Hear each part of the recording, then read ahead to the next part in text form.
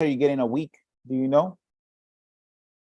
Oh, well, I'm getting about 90, 90 texts go out every day. So, I mean, there's leads coming in. It's just a matter of me following Justin's Okay. program. Program. Okay. It's more like just consistency. Right. Yeah. Okay. So, and these are all from those areas that you said you picked. Actually, Justin picked them. Okay. They're good. There must be good areas then. That you guys can see deals. Okay. Have you when was your last call with a client? It was a couple of days ago.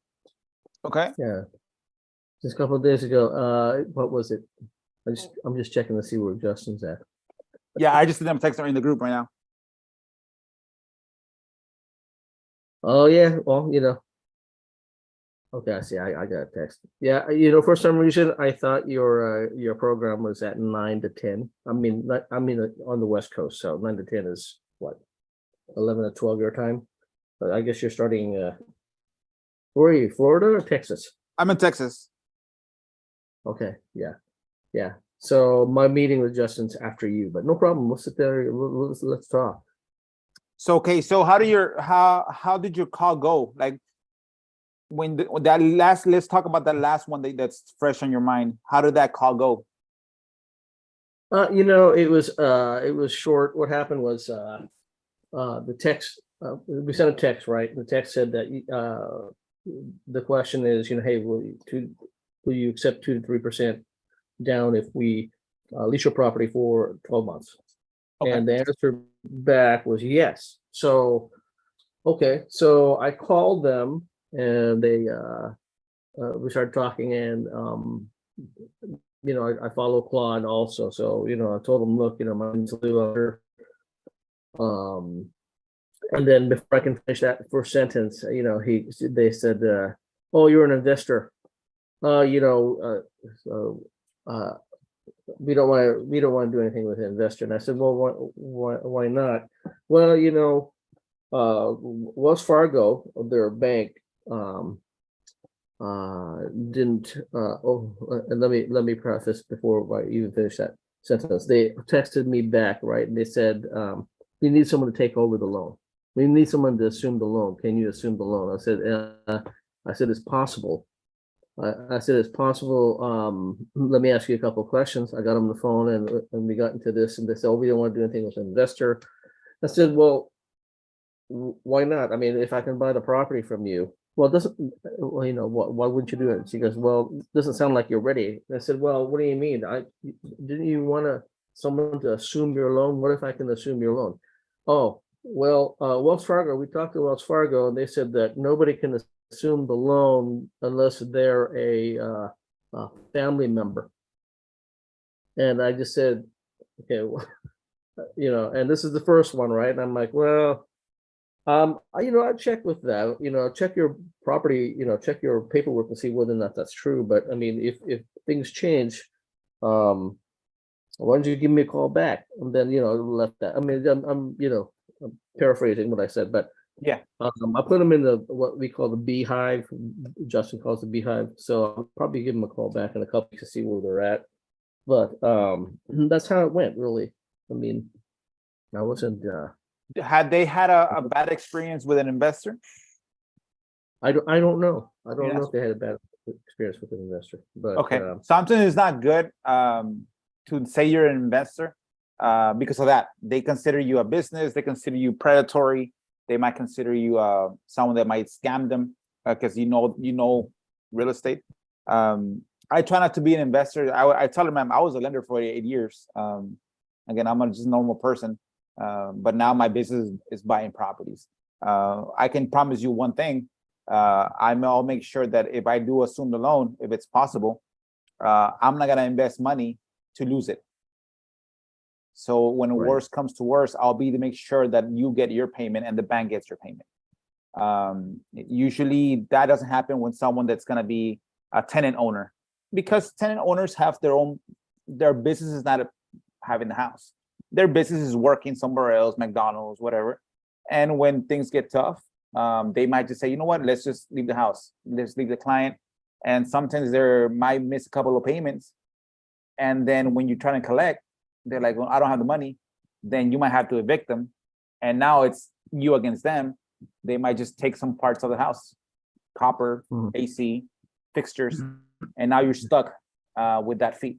When you deal with investors, the investors takes on the responsibility knowing that you might get a bad tenant. But that doesn't mean that I'm going to charge you as the note holder for that tenant mishaps. I'm just going to keep on paying you your monthly payment. Again, take it for what it is, ma'am. Sometimes it might be better for you to go through that trial of dealing with a bad tenant so that you can rely on an investor. But sometimes people need to get burned to know that the fire burns. So you put it on them like that, because most people, especially someone that has had a bad experience with like business owners, etc., they might see you as an investor as being someone predatory, someone that's going to take advantage of them, someone, etc., right? But humanize it. Like I always tell people, like, humanize yourself. Like, no, I have a 9 to 5. I've done 9 to 5 for the last 8 years. I was a lender. I was able to retire because I was good at my job. And now I'm trying to be good at real estate. And for the last 3 years, I've been good. But yeah, one thing that I do promise you, ma'am, I'm not gonna give you any money to lose it in the back end. I'm gonna do whatever it takes. Like I did whatever it took when I was in my 9 to 5 to keep my job. I won't do the same thing because now this is my job. Right. Again, and then you put it on them. You just humanize yourself. Tell her what you've gone through with bad tenants, and well, maybe you need to go through that bad tenant phase, ma'am, so that you can now say, you know what, maybe I should have gone the investor route. Right. Because it looks pretty and nice when it's a perfect tenant, but when it's a bad tenant, maybe they don't have that in their head yet. What if they do take the copper? Because it's happened. What if they do take the AC? Because it's happened. They even take the light bulbs. They take the cabinet doors. They don't take the cabinets because they're attached. The cabinet doors. Those cabinet doors are like at least $10 if you have to set each. So if you take 20, they might get $20 for cheaply. Us to replace that might be a couple of thousand. Right. So again, you put that, you make them foreshadow that issue that it might happen. They might say, maybe I should consider you. But then again, you tell, you know what, I don't need your business if you don't want to. Because I need to make sure that you're 100% behind this, because if I'm going to commit to your property, I need the seller to be 100% committed as well. Again, don't lower yourself, oh, please, ma'am, etc., because they'll start stepping on you. I mean, just foreshadow what they could go through, and then tell them, you know what, maybe we're not the right fit. But let me do what? Let me call you in about 6 months. Hopefully you rented it, and hopefully you have the best experience. But if you have the bad one, I'll be here to guide you more or less, and maybe you let me take over your property, and you can go on your vacation mode. Right. So that's how I would deal. And yeah, follow up is key. Those properties are amazing when you follow up, because you already have like a start date. Okay, this is where I started with her or with them. How are they 6 months from now? Did they rent it? Had they had a good experience? Had they had a bad experience? They haven't rented it. What happens when they don't rent? They're staying at a property they don't want to live in. Most likely they're going to pay mortgage. Most likely they're going to pay light, water, maintenance, and still try to market it themselves. So let's say the average mortgage is 1,000 times 6, that's 6,000, plus another 1,000 in what's it called, in maintenance and in light and in water. So they're paying 12,000 for a property they don't want to live in. So be like, you see, that's where you nudge the key and the pain point. How's it going, ma'am? Oh, I haven't sold. Oh, wow. Hey, the good thing you have 12,000 in savings to make those payments, right? And they're like, oh, like, what do you mean? Like, yeah, you made 6 months of payments, right? Yeah, okay. You probably paid 6 months of light. Yeah. So yeah, you probably lost $12,000 there that I could have been paying you for your property. But again, it happens. Sometimes we got to learn by ourselves, and then we can be more knowledgeable and pick the right choice. But yeah, that's those little things like that help you. They have helped me, especially when you know when to put the trigger points, when you know not to lower yourself. You know what? I don't need you to sell me the property. I don't need your property. You probably need more of me. You probably need more of me than me of you. But if I'm going to commit to your property, we'll both have to be the same level as far as commitment. And if it doesn't work, like Justin says, if it doesn't work out, hey, no hard feelings. I probably have 7 calls after yours, man, of people that really want to work with me. So you take away the carrot from them. Right. And then that's all in the call. I don't know if you record your calls. Just I haven't, hear 'em. but I will. Yeah, hear him, pace yourself. When I started working with Justin, I was just checking. Right now, I was looking at videos, old videos. I've been with Justin for almost 3 years since I first started. Probably 3 years. I started going live on his channel 2.5 years ago, and what I learned is how to pace myself, how to ask those hard questions, how to make those hard statements that you might get the client to be on the defensive, but those harsh statements make you get better and make you get better at closing more deals. Right. Yeah, because sometimes these clients have never had a hard talk. They've always been painted the best case scenario. Oh, you're gonna list it for 100, you're gonna sell it for 100, and you're gonna walk away with 100. And that's not how it works. Yeah, you see. So when you have the gut systems, you can actually, woman, first of all, if you list it for 100, you probably net 80. I bet you probably won't. Well, probably you were told that, but you will not emphasize that. 2, it might take more than 3 months to sell your house. They probably didn't tell you that. They probably didn't tell you that in the inspection report, it's like an auditor, they have to find something. So you gotta put 2 or 3% from the sales price aside to fix everything that they make you, right? They didn't tell you that maybe at closing, for some reason, the buyer messed up his credit, and then when the new bank runs their credit the day before to make sure he still qualifies, it no longer qualifies. Now you have to wait another 3 months so that they can pay down the credit card they charged over their debt limit so that you can qualify for this loan. Right. They haven't told you all this. Again, because realtors, when you speak to a realtor, they'll paint you the best picture because they want your business. But when you're actually in it, it's like a relationship. A relationship, they're gonna give you the best version. But once you're in it, it's like you really know the person. You know what I mean? So I'd rather you know the person a little bit more before you get into a relationship than after when you're in it. And that's whether you get break up, there's divorces, et cetera, et cetera. So yeah, man, again, how come, have you tried, why did you choose doing the for sale by owner and not like the ugly house, cold approaches? Well, like I said, I'm just following Justin's, and Justin has emphasized that it's a lot more easier to do the pretty house. But yeah, I mean, he's training us on the the ugly house as well. I mean, if you want to do cash, and if you want to take the discounted offer, and then do the gut system against that. I mean, if they're not, no, I'm not going to do 30%. I can't take 30% off my price or whatever. Yeah. Well, then you move it into like lease option, or you move it into subject to, depending on whatever the information you pulled, right? Yeah. So, but the main thing is really just to do the lease option and then sign it. That's really What I do recommend, as far as doing reps, everything. If you do repetitions, after a while you'll become an expert. But you gotta also do repetitions with the worst clients, the clients that what I've learned. A client that's for sale by owner is an easy client. It's someone that's expecting a call. They're willing to hear you out.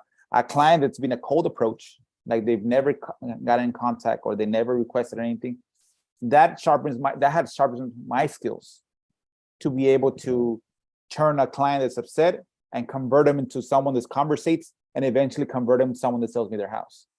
Right. That initial phase of converting an angry client to someone that actually can talk to you, that makes you think on your toes. And once you learn that part of dealing with really mean clients, man, the for sale by owners, it's nothing. It's like literally taking the test with the answers next to you, because you already dealt with the bad person. So again, repetition is always going to make you better, right? So whenever you don't have, let's say you don't have any leads, or you don't have the leads that you want, cold call approach. Get a list of, especially like the pre-foreclosures, they're bumping up. The loan modification list. Those are clients that modify the loan. Most of the clients have patterns. So if they defaulted before the loan modification, after the loan modification, they're still going to default, because our patterns are hard to break in a client's character. And that's why I know that from lending, that a bad client is always going to be a bad client. Rarely, probably like 1 or 2% will actually convert to good clients, but most of the time, a black client will always be a bad client. So yeah, and like for me, I have multiple variables of marketing. Like, you know, I do the cold calling side, where it's just I do a list of niche lists, like the code violations, all that stuff. I skip trace it, and then I call those clients, right? And then I have also my bandit signs, which is they're calling me, they're inbound.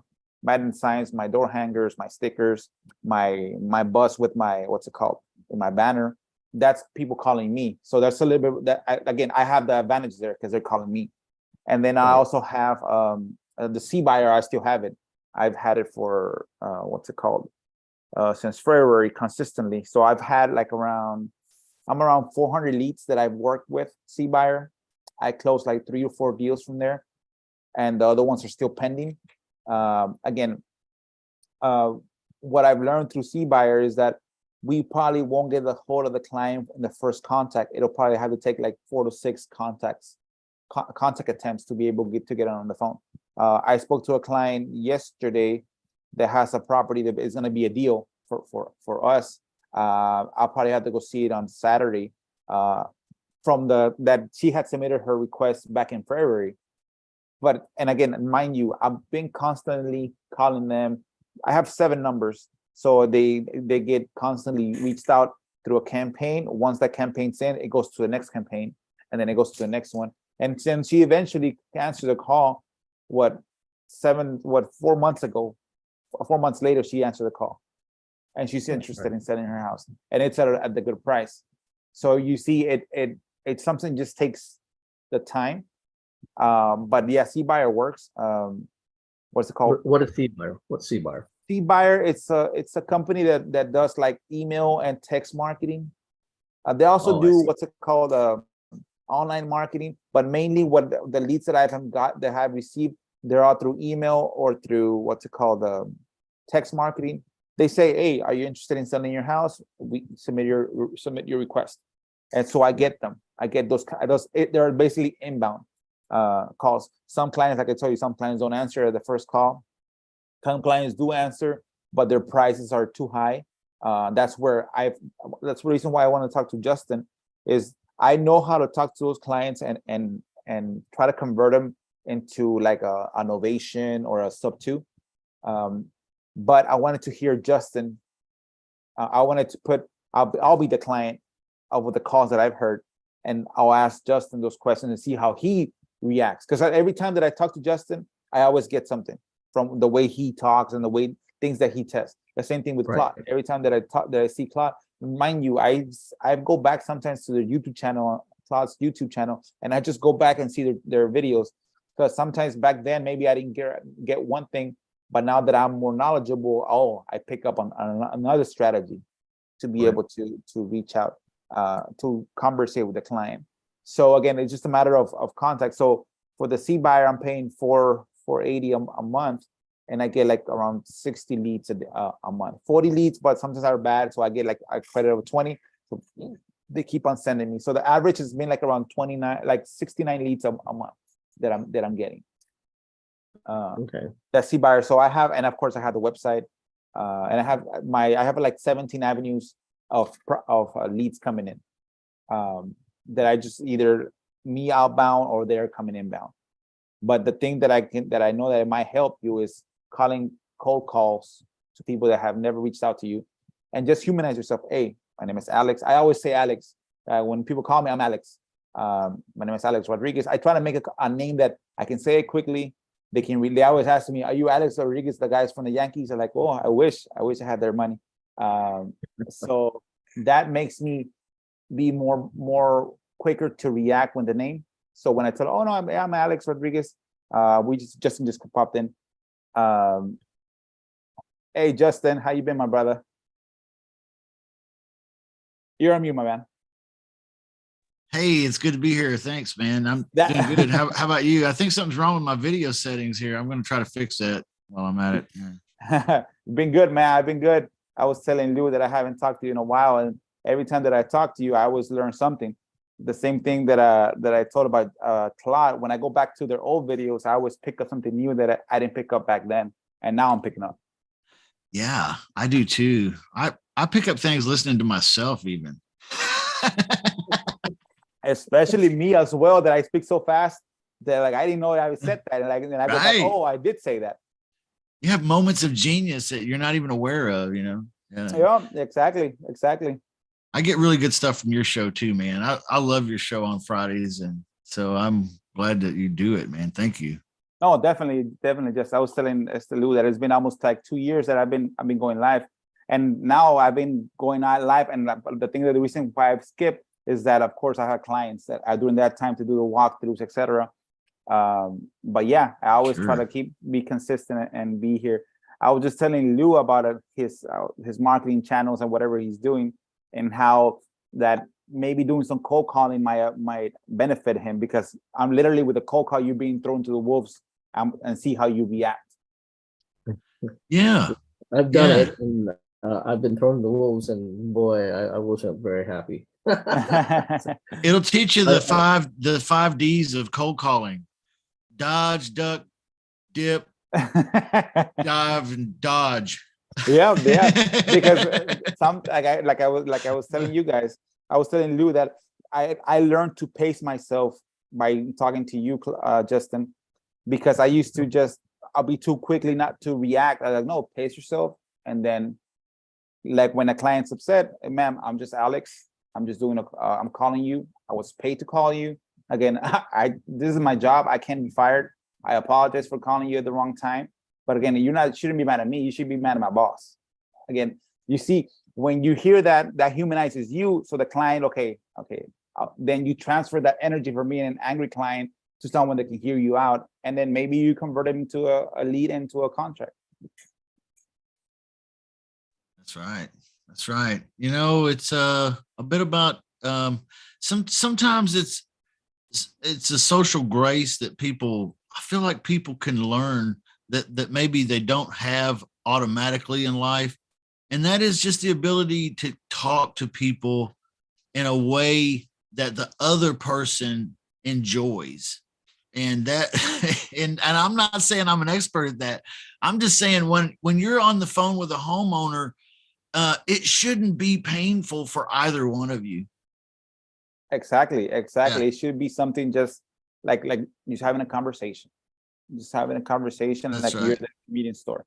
But yeah, you'll definitely, if you get nervous, you'll make it like structure, and that hurts you because the client hears that. These guys literally just reading a script. Oh, so, yeah, that script stuff doesn't you work. as an investor. It hurts you when they think you're reading a script.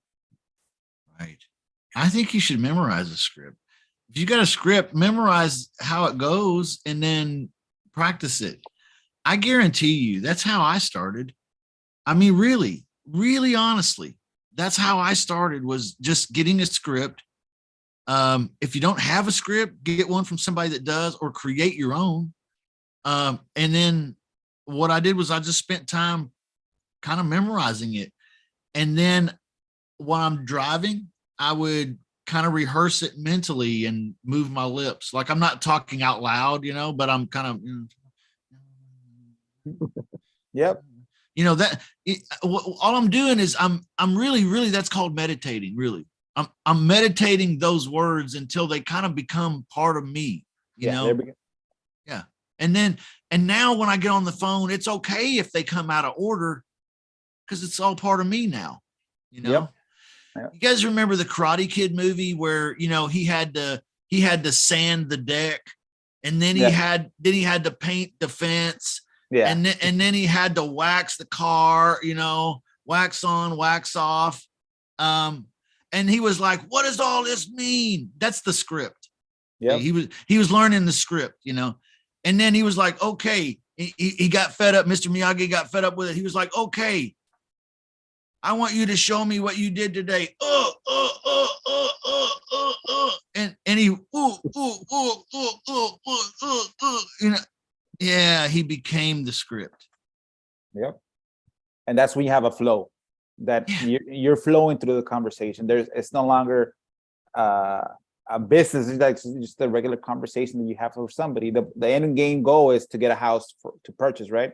So again, hey, you have a house, yeah. Hey, how's the house doing? And what's the condition? Okay, why are you selling? It looks like a pretty house. Again, oh, okay. Hey, sometimes it happens to me that where I can't make double payments, et cetera, and just this conversation. Okay, so and like for me, one of the hardest questions like to ask, how much do they want? It's like, hey, well, how much would you like for that house? Again, it's a pretty house. They say, well, I don't know. Well, hey, you should know. Again, you question the client. You should know, because if you ask me for my house, I already know exactly to the point how much money I need. I know how much I bought it for. I know how much I put into it. I know how much I've invested in it. But again, those are hard questions to ask, like I was telling Lou. But you ask them like, oh, how much do you want? It's hard. I think it's hard when they don't know what they want. That's the hard part too. Yeah. Yeah. That happens to me pretty often in the pretty house business when I'll, hey, how much money monthly do you need? Well, I don't know. You mean you don't know how much money monthly payment you would need every month in order for us to make things comfortable for you? Well, no, I haven't really thought about it. See, that's mind blowing to me, because I kind of know all the details of my life, you know, I mean, as good as I can. And some people just don't know. And then I've had other people, other homeowners, and maybe we should role play this at some point, but what do you do when a homeowner gets mad at you a little because he wants you to present the terms? Like, for example, you're offering, hey, Mr. Homeowner, what if I gave you a small down payment and the rest of your equity in installments? What if he was like, okay, well, what's the monthly terms? What he's asking is what's the monthly amount? Mm-hmm. Yeah. What's the monthly payment?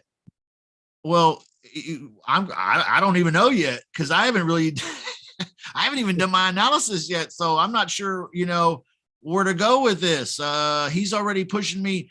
And so I try to put it back on him, and I'll say, hey, Mr. Homeowner, you know, that's a great question. How much would you need in order to feel comfortable? Well, you're the one that you're the one making the offer here. I want to know. I want to hear what you're going to pay. Okay. See, that's, you know, now you got to go back. You got to stall now. That's at least what I'm doing. Yeah. Okay. Well, that's a great question, Mr. Homeowner. And I'll have to get back to you in about a half hour on that. Yeah. So again, for me, if I was the things that I do, again, what I would do if I was faced with that situation is, you know what? Okay, well, ma'am, on the last two clients, again, they were just grateful that I was able to pay the mortgage. Again, the first client that I was talking to, Ms. Garcia, again, she had cancer. Again, she still has a long life, but she couldn't deal with the house. Her mortgage was $1,200, and he's like, ma'am, what if I just take care of your mortgage and you don't have to deal about this house anymore? Locked it up, boom. And the next deal, Mr. Jones, again, he had to move because of his daughter. Again, he was paying $1,600 here, and he was going to pay $1,700 over there. He said, you know what, if you can just take over the payments and make sure that it's never defaulted, I'll go ahead and sign the paperwork. And he did that. So again, for you, again, since you don't know, maybe that fits for you as well, Mr. X. Maybe if I just take over your payments and I'll make sure that you don't worry about this property for the rest of your life, maybe that fits you. And then you can go on your married life, go on vacation mode and enjoy life. Can I say something, and you guys agree with me or disagree with me based on your experience? But I feel like every deal, like I want to say almost every single deal I've ever done, I could go back and tell you, hey, this homeowner did the deal with me because of this. This homeowner here was trying to move to Alaska and really, really was in a hurry, wanted to just ready to go. This homeowner here, they had a child that was in medical needs, and they needed to move to be able to take care of some of this. This one here, every one of them. Is that normal? It once you have you ask the right questions, yeah, you definitely get the money out of the way and say, why do you need to move? Yeah. Like the client that spoke to me earlier today, she wants me to be the bad person in the relationship because she wants to kick out her brother. And she said, you know what? Don't worry about that. I've done it before. Make me the bad person. Mm-hmm. And then you can just sign the document. I'll evict your brother. Again, they have a bad issue with the brother, and she didn't want to deal with it. It's her house. He's living there. You know what? Make me the bad person. I'll talk to your brother. Yeah. But yeah. You know exactly why they're doing. Yeah. That's I think that's interesting that in every case I know why they're doing what they're doing because I'm making an offer that meets that need. See, so when we talk about the why, finding out why somebody wants to sell or what they're, why they're talking to you about renting to own or whatever your offer is, it really, we're talking about finding out that, like, what is the reason, what is the reason why they need to do this? What are they trying to do? Yep. Okay. And if you can get in a lot, if you can get on that side of the table with them on that topic, why wouldn't they sign with you? Yep. Okay. Definitely. Yeah. Did you guys want to role play? I just wanted to hop on here, man. I love you a bunch, dude. And I love this Friday show, and last Friday was awesome. I wish really we could get like 200,000 people to watch last Friday's show. But I wanted to hop on here and if you guys wanted to, like, I thought maybe you wanted to role play a thing or two, maybe, and then I'll pop out of here. And Yeah, definitely. I was telling Lou that, yeah, I would love to.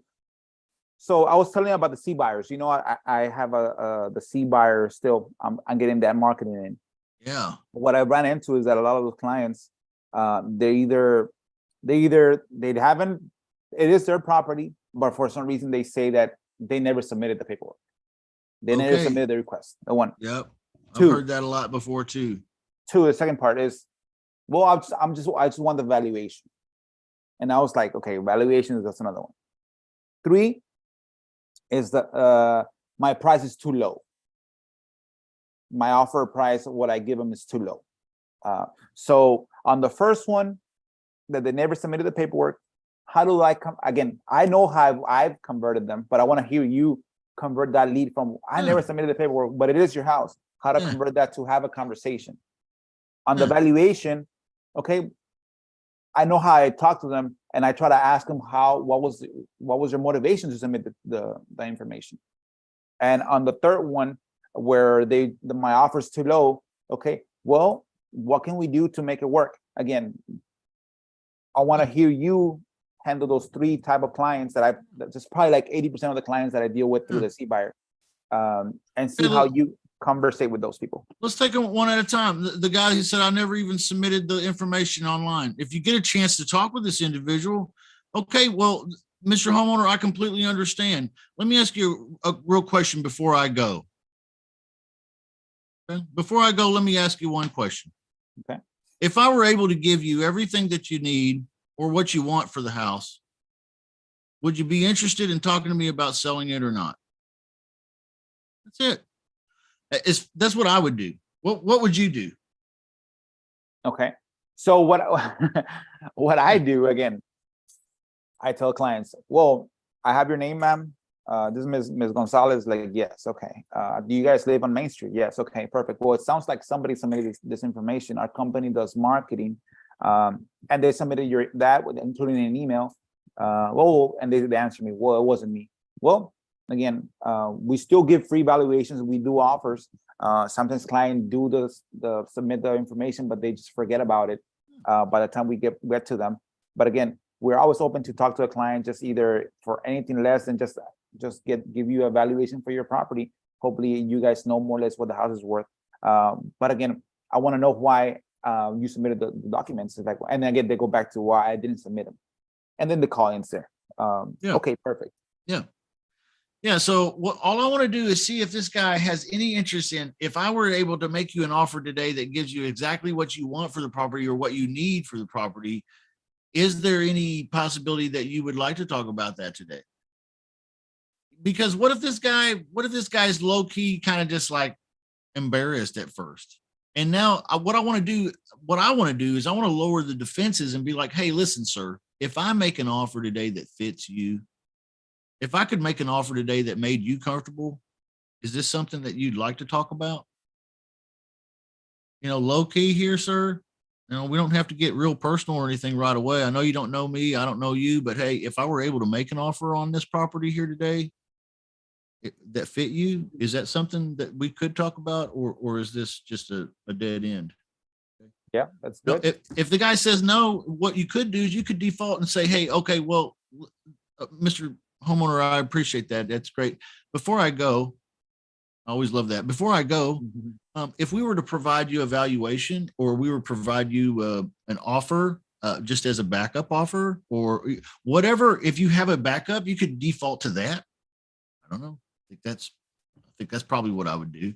That's an interesting question, man. Yeah. Well, what do you do with people who say they never even submitted the lead? And that Yep. does happen. Yeah. I think like now that I'm talking to you, as far as, again, I'm telling you, I always pick up something new. Maybe next time I'll be like, well, ma'am, if you could help me out a little bit, again, I do need to talk to you. Again, I get paid just to conversate with the client. And I know you said you didn't submit the information, but it is your house. Would you mind me just give you a quick 3-minute valuation for your house? That way I can make sure that this call gets credited to my account, and that I'm able to pay for my car note that's coming up in next month. I was off for the last week because something personal. But again, if you allow me 3 minutes just to talk to you about your house real quick, again, I'll give you a free evaluation, no commitment, no nothing, just allows me to talk, allows you to hear, and then I can check it off as, yes, I spoke to the client, they're not interested. I like that idea. And I think what I would do is, if that person is agreeable to that, I would consider them a very strong bee in my beehive. That's a follow-up lead. Mhm. I'm going to follow up with them in at least 30, 60, 90-day pattern, at least. Yep. Maybe, I mean, I'm going to send them the evaluation, I'm going to follow up with them after that, but I'm going to follow up with this character for at least 30, 60, 90 days. That's what I would do. Mhm. Yep. Yep. That is good. That is good. And yeah, again, I just came up with that hearing you about what if I give you everything that you need? Would you still, that helped me. You see how you just bounced the idea off, and I came up with another Great. version. Good. Now the reason why it's true, like what you were saying, that it's like when you go to the designer store or to buy clothes, right? And somebody asks you, hey, can I help you? What's the automatic response? Oh, no, I'm just looking. Exactly.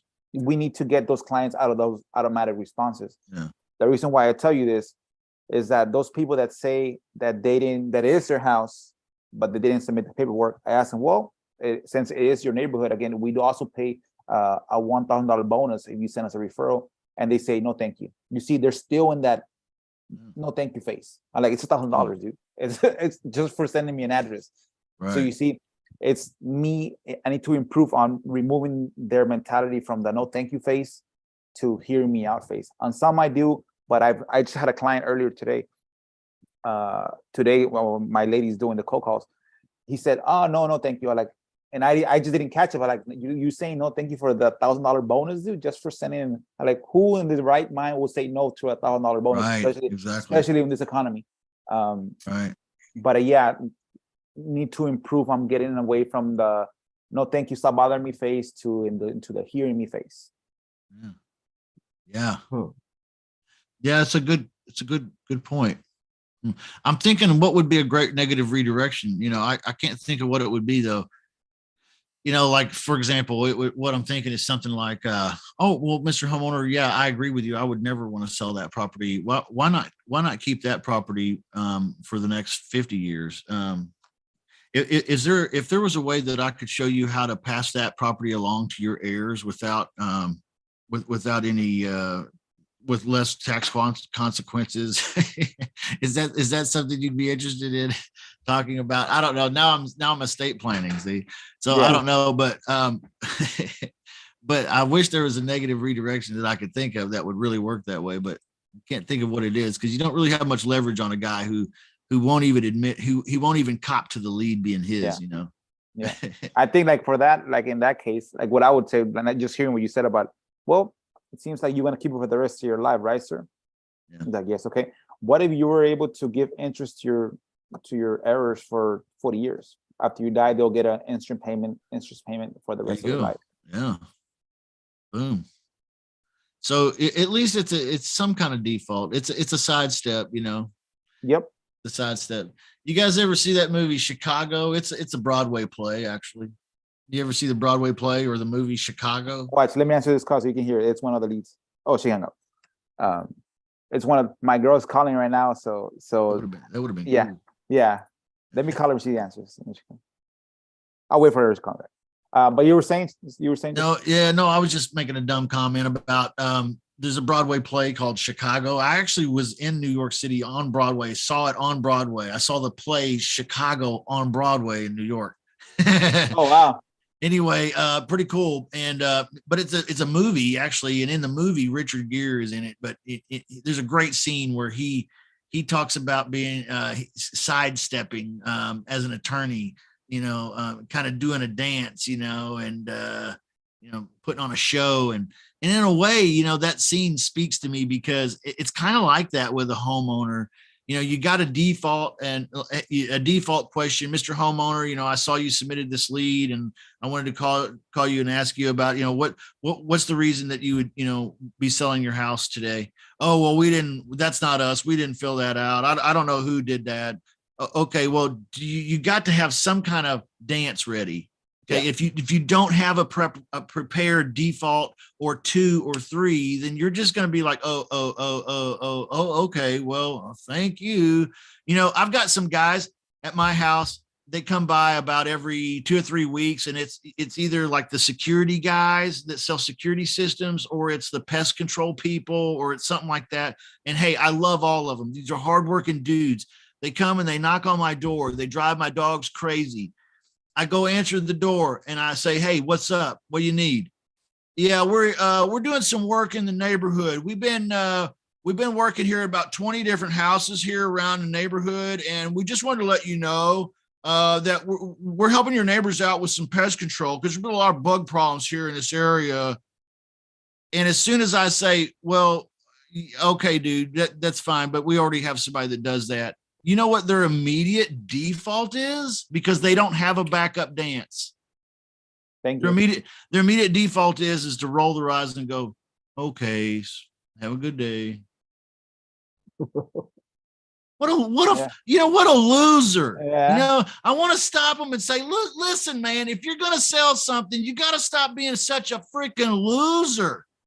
If the first time I say something, you roll your eyes and turn around like a whipped puppy, you're not going to make it in any business, man. Yep, that is true. I don't care what the hell you're selling. So you got to have a backup canned answer in response, because they're going to say no.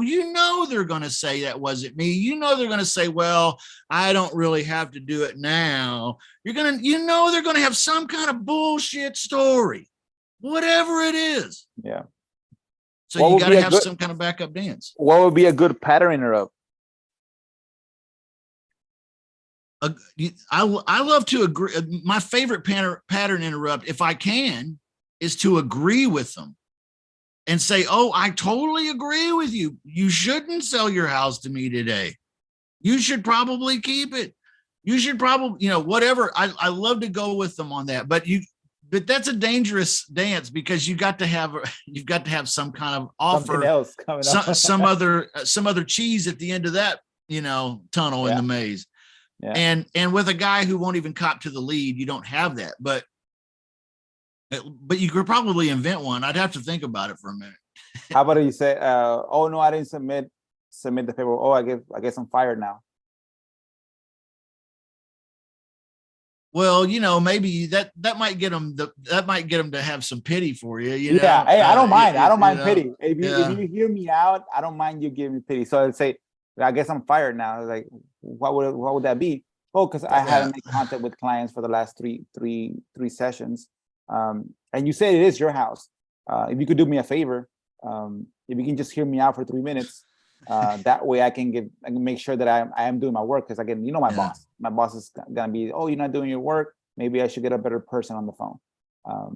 But you see, that can be a good empathy. A lot of people, some people don't, but a lot of people do have empathy for you, especially like I told people, like when you go on door knocking and say, hey, I'm just doing my job. I just got hired from Craigslist. Yes. Again, I lost my job through COVID. I'm just doing the door knocking. Don't get mad at me. And then they feel pity and sympathy and empathy, whatever you want to call it. And then they hear you out. Like you said, like that, maybe say, well, I guess I'm just fired. And some people will say, okay, bye. Some people won't care. But at least that word fired, it's a good trigger. Like, what do you mean? Mm-hmm. Like, yeah, it's because the last 3 weeks I haven't had contact with any of the clients. And they always tell me what you tell me. It is their house, but they didn't submit anything. And I try to tell them, like, just hear me out. Just hear me out for 3 minutes. That way I can give you evaluation. And so you see, maybe like that, now you're building a bond through emotion. Like, well, I don't want to get this girl fired or this guy fired. Let me hear him out for 3 minutes. I got 3 minutes. And then go ahead. What was the next one? The guy who doesn't say, he doesn't cop to the lead. He doesn't say he even did it. What was the next one? It's an evaluation. They call for evaluation. Oh, they call for an evaluation. Yeah. Okay. Yeah, I love this one, man. I love this one. Yes, sir. Normally what I try to say, and I don't know how the conversation necessarily will flow on for the lead type that you're talking about, but I love this conversation because usually I'll say something like this: Mr. Homeowner, I am more than happy to provide you with what I believe the property to be worth. And but here's what I also think might be true, and tell me if I'm wrong. You seemed like a smart guy. See, I'm gonna stroke this guy. You seem like a smart guy, and I bet if I were to make an offer that you couldn't refuse, you'd probably say yes to me, wouldn't you? Yeah. Now, if he says yes to this, now game is on. Okay, because now I just need to figure out what that offer is. See, because he's agreed. Yeah, if you'll make an offer that I can't refuse. Okay, sir. Well, what is it that you need, sir? What is it that is important to you? What do I need to understand about you or the house or your situation so that I can put together an offer that fits you? Okay. See, that's not that hard of a dragon to slay because the guy's wanting evaluation. It's the same objection as we're just shopping the market. Oh, well, we just wanted to see what we could get. Okay. Well, I understand that, sir. And that sounds like you're a smart person. You're out here trying to make sure that you're going to get the best deal. But let me ask you something. If I were able to give you exactly what you want, would you sell to me today? Yep. Or are you really just a professional tire kicker? Yeah, exactly. That puts them against the wall. Like you say, I'm giving you the best offer for you, and you still telling me no, then you are a professional tire kicker. Right. I bet you what would happen is, I just want an evaluation. So figured that you were just a professional tire kicker. And then just wait for their reaction. What do you mean a tire kicker? Like, yeah, people that want evaluations. Because like I was telling Lou, you got to put yourself in those situations to see how you react. Yeah. When you ask those tough questions or those uncomfortable questions. But yeah, the way you said it, Justin, I'm gonna go back and clip it. I'm gonna use it. If I was to get that one and that the stroking part. Oh, it sounds like you're a smart man, aren't you? And then you smart. Goodness, man, I would be doing the same thing if it were me, man. I want to make sure I get the best deal ever. But you know what, sir? I also think that you're probably the same guy that if I were to make the offer that fits you today, I mean, the one that you're looking for something. Would you tell me what it is? Maybe I can do that. I don't know, man. Yeah. It works. Not every time. But these people, it's like, I'm sorry, I've talked about movies so much. I'm almost like that movie Cable Guy where everything I say is from a movie. And even that was from a movie. Weird. Okay. But so I'll try to stop with all the movie references. The movie references. But anyway, so it does work a lot. The movie reference I was going to say is the Glengarry Glen Ross, where he says, listen, a guy doesn't even walk on the lot unless he wants to buy something. Okay. So if this guy's talking to you wanting an evaluation, he's wanting an evaluation for a reason. So if you can find out what that reason is, you're in. Okay. Okay. So this one will lead us to the next question, the third scenario, where they do want an offer, the offer's too low. Let's say we offer 100, they want 150. That's a big gap. How would you handle that? Okay, great. Well, what I like to do is I like to switch around and do something creative. Hey, well, Mr. Homeowner, if I were able, obviously a cash offer of 100 is not going to fit you. And I understand that, sir. And so I guess we can call that part over. And real quick though, before I go, If I were able to do that 150, if I could commit to that today, is there any possibility that you and I could talk about you accepting that 150 as a small down payment and then the rest in installments until I can get you financed out? Is that something we can talk about, or is this conversation over? There you go. That's what I say. Okay. But maybe somebody's got something better. No, What do you mean by financing? What do you mean by, I don't understand what you're talking about? I mean, Okay, so the homeowner says, I don't understand what you mean. Take the 150 as a small. Yes, sir. The $150,000 purchase price. If I'm okay with giving you $150,000 purchase price, let's say, for example, could I give you $2,000 cash and then the rest in monthly payments for 60 months? And then in 60 months, I'll pay you the rest of what I owe you. Okay, whatever the balance is. Does that make sense? Like buying a car, you put something down, you make monthly payments. I'm going to promise to pay you off within 5 years. Is that something we can talk about, or is that a deal breaker for you? Something like that. Okay. Pace Morby has a F-150 story. You guys heard that? Mm-hmm. I haven't heard that. Okay. So he personalizes his, and I heard Arturo talking about this earlier. He's really right on with it. So like, I didn't personalize that very good. So I should personalize that story. My explanation of what seller finance is, I should personalize it a little more. I just gave you the, oh, well, you'll be the bank, sir. I mean, I'm going to put something down, something monthly. I'm explaining the mechanics, but if I can explain the mechanics in a way that benefits the homeowner in a way that he understands, and especially that he relates to, like an F-150, that's why that story is so powerful, because everybody relates to it. So, yeah. Bring it into the conversation. Yeah. What is that story? Do you have time? Yeah, the story is that he had an F-150 that he loved. He knew it was only worth about $5,000, but he really believed the value because he loved the truck. It was really worth way more than $5,000. So he thought, well, his wife told him, why don't you just sell it owner finance? So he put an ad on Craigslist, $10,000 owner finance. I'll accept payments. And he said he had to turn off the listing within 45 minutes because he had so many people interested in buying the truck at owner finance. He said he ended up selling the truck for $12,000 owner finance. He took a $5,000 truck and he sold it for $12,000 because it had owner finance. That's the power of owner finance. But you see how when he explains to a homeowner, well, listen, hey, that's a great question. What is owner finance? Great question, sir. I had an old F-150 pickup truck. You ever had an old F-150 pickup truck that you love? I love that truck. See how you can't not like this story. This is a good old boy story. Yep. So it really it relates to the homeowner. It explains to the homeowner all very nicely in about 30 to 45 seconds. Perfect. Yeah. Can you do that in your own way? Can you recreate that in your own way? Sure you can. And you should, and you better, because you're going to have that conversation at some point with a homeowner. They're going to ask you, well, what do you mean? Can I be the bank? Or what do you mean? Can I owner finance or seller finance? Or what do you mean down payment and installments? What is that? Okay. Good question. I need to work on my F-150 story.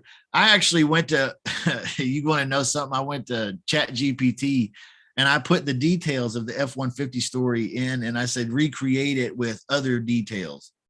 It was the dumbest stuff ever, man. You couldn't use any of it, and I was like, well, I don't know. It's too similar, except it's, it was not it wasn't an F-150. It was something else. It was, I don't know. It was dumb. I was like, this. Yeah. So I gotta spend more time on my F-150 story. Yeah. I get you. No, definitely. Again, great conversation. Again, those three scenarios that you just brought up, Justin, I'm definitely gonna use them. I'm definitely gonna use them, pace myself. Again, because I've heard it, but again, sometimes they just get in there and they just get stuck there. until Yeah. it's time for me to be ready for me to react to it. Right. And I saw it in those 3 scenarios that you just did. And I bet you I can convert again. The point here, the goal is to convert higher. And if I can convert higher, especially on those 3 scenarios, man, it's gold. Awesome, dude. Love you guys. I'll see you later, man. Hey, thanks. All right, guys. Be Thanks, safe. Ace.